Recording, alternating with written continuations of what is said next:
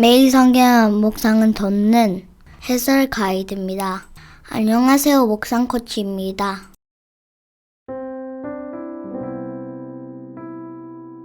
함께 읽고 나눌 말씀은 요한복음 16장 16절에서 24절까지 말씀입니다. 오늘 말씀은 두 부분으로 나눌 수 있습니다. 16절에서 19절은 말씀을 깨닫지 못하는 제자들에 대한 내용이고 20절에서 24절은 기쁨의 때가 올 것이라는 내용입니다. 예수님이 말씀하신 조금 있으면 이라는 말을 이해하지 못하는 제자들에게 예수님은 자신의 떠나감과 돌아옴을 제자들이 이해할 수 있도록 해산하는 여인의 고통과 연관시켜 이야기합니다.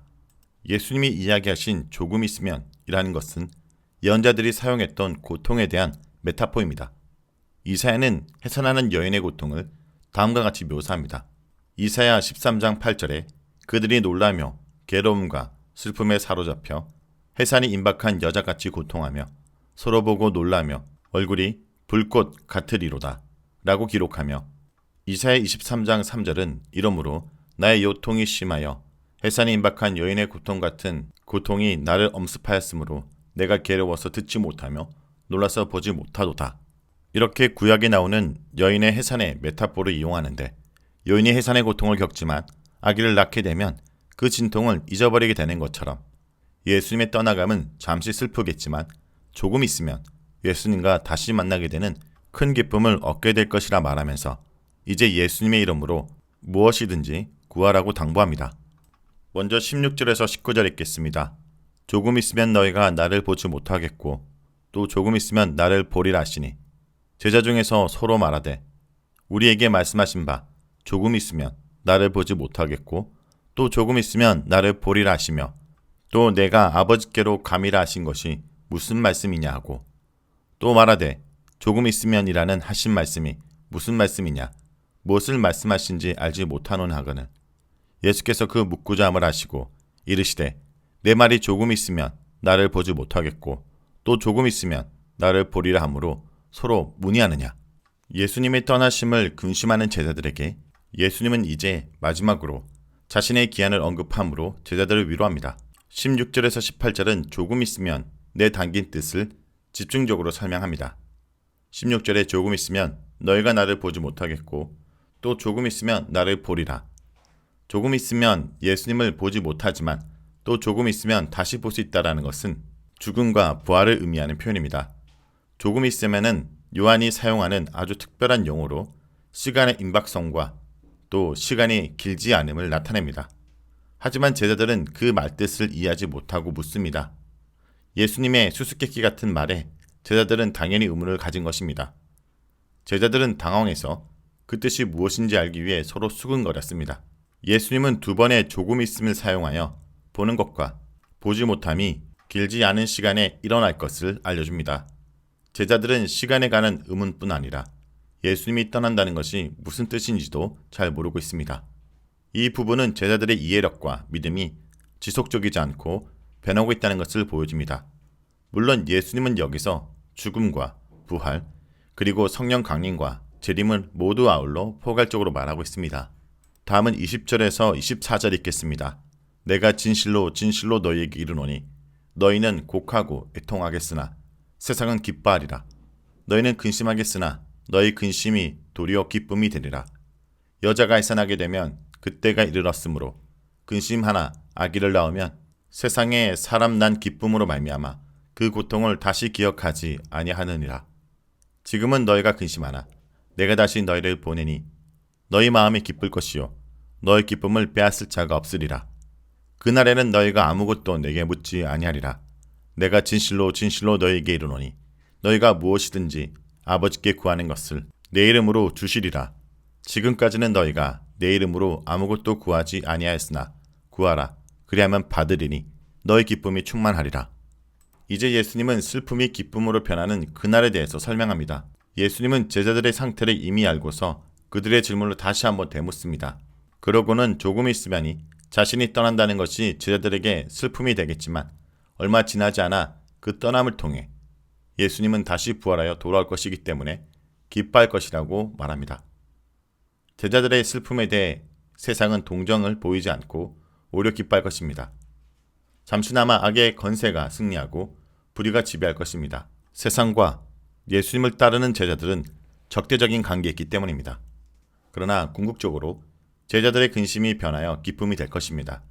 이는 예수님이 떠났다가 다시 제자들에게 돌아올 것이기 때문입니다. 여기서 근심은 고통으로 번역할 수 있습니다. 그리고 예수님이 떠날 때 당하는 고통과 돌아왔을 때 누리는 기쁨을 여인의 해산에 비유합니다.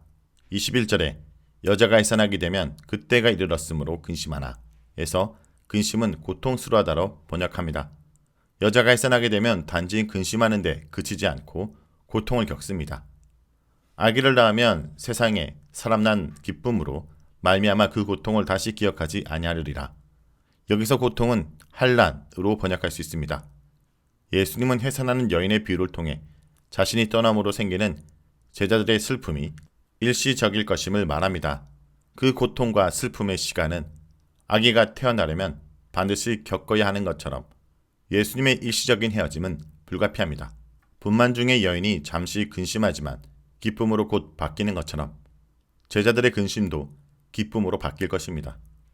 예수님이 부활하고 승천하여 성령을 보내면, 그래서 성령의 능력으로 복음이 전파되면 십자가의 고통은 더는 고통스럽게 여겨지지 않습니다. 그것은 자랑스러운 면류관, 영광스러운 경험이 될 것입니다. 해산하는 여인의 표상은 메시아 시대의 구원을 알리는 이사야 26장 16절에서 19절, 6층 6절과 7절에서 11절에서도 나옵니다.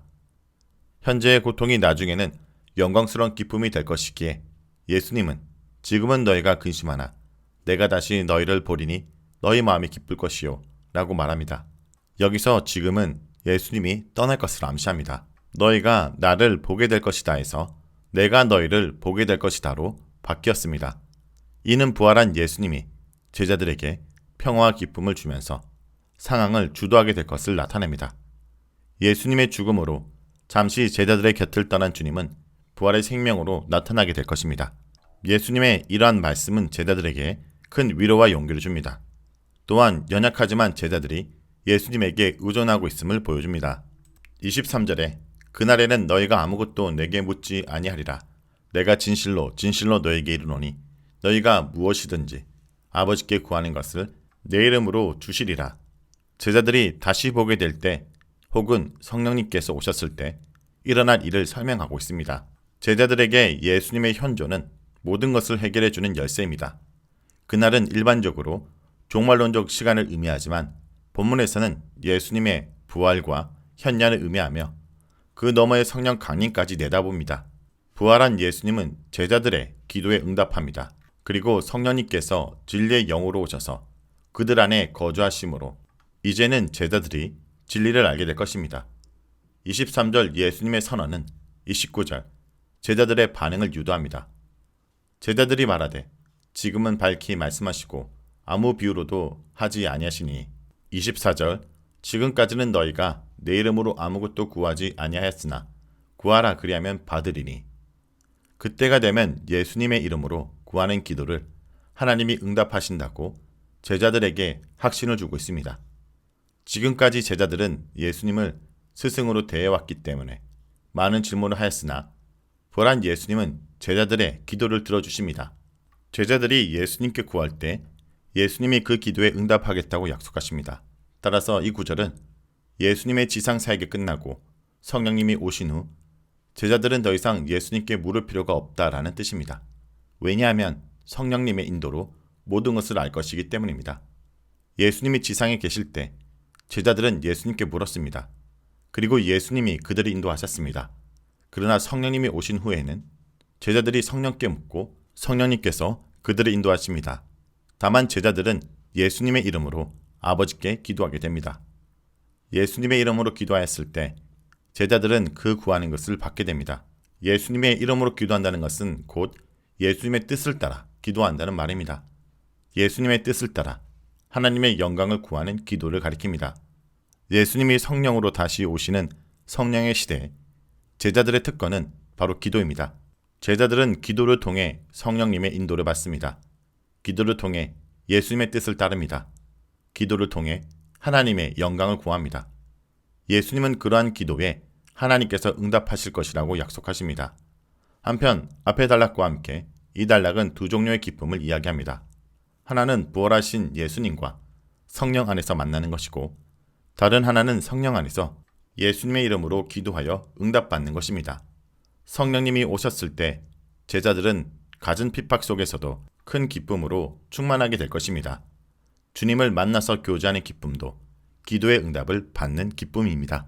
자, 여기까지가 요한복음 16장 16절에서 24절까지 말씀입니다. 오늘 말씀을 통해 우리는 무엇을 묵상하고 적용해야 할까요?